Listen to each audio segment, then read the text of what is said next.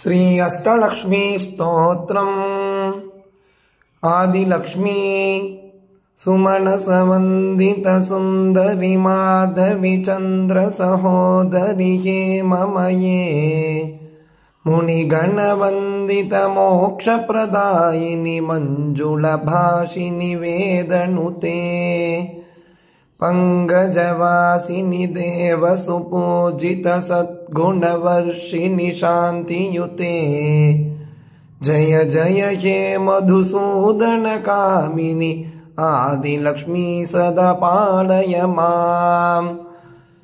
धान्यलक्ष्मी अयि कलिकल्मषनाशिनि कामिनि वैदिकरूपिणि वेदमये क्षीरसमुद्भवमङ्गलरूपिणि मन्त्रनिवासिनि मन्त्रनुते मङ्गलदायिनि अम्बुजवासिनि देवगणाश्रितपादयुते जय जय हे मधुसूदन कामिनि धान्यलक्ष्मी सदा पालय माम्।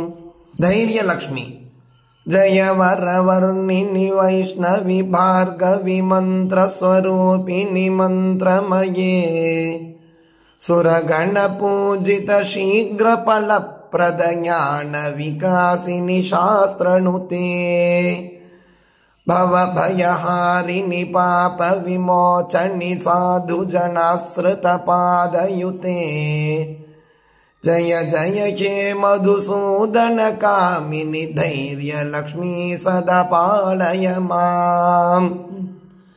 गजलक्ष्मी जय जय दुर्गतिनाशिनि कामिनि सर्वफलप्रद शास्त्रमये रथ गज तुरग पदादि समावृत परिजन मंडित लोकनुते हरिहर ब्रह्म सुपूजित सेवित ताप निवारण पादयुते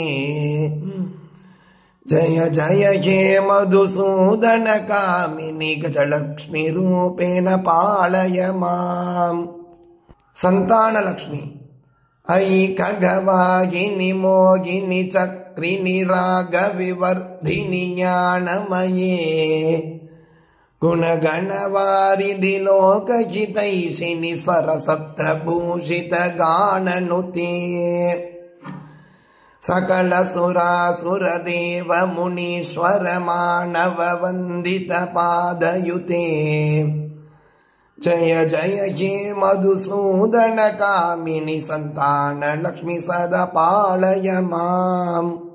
विजयलक्ष्मी जय कमलासनि सद्गतिदायिनि ज्ञान विकासिनि गानमये अनुदिनमर्चित कुङ्कुमधूसर भूषित वासित वाद्यनुते कनकधरास्तुति वैभव वन्दित शङ्कर देशिक मान्यपदे जय जय हे मधुसूदन कामिनि जय लक्ष्मी सदा पालय माम्।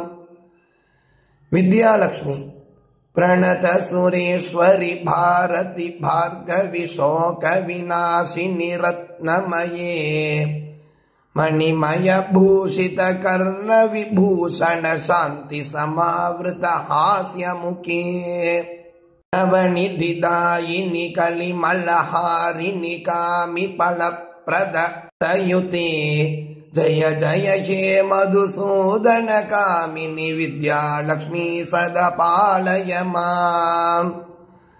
धनलक्ष्मी धिमि धिमि धिन् धिमि धिन् धिमि धिन् धिमि धुन्धुविनाद सुपूर्णमये घुम घुम घुङ्गुम घुङ्गुम घुङ्गुम शङ्खनिनाद सुवाद्यनुते वेद पुराणेतिहास सुपूजित वैदिक मार्ग प्रदर्शयुते जय जय हे मधुसूदन कामिनि धनलक्ष्मी रूपेण पालय माम्। इति अष्टलक्ष्मी ध्यानलोकस्तोत्रम् सम्पूर्णम्।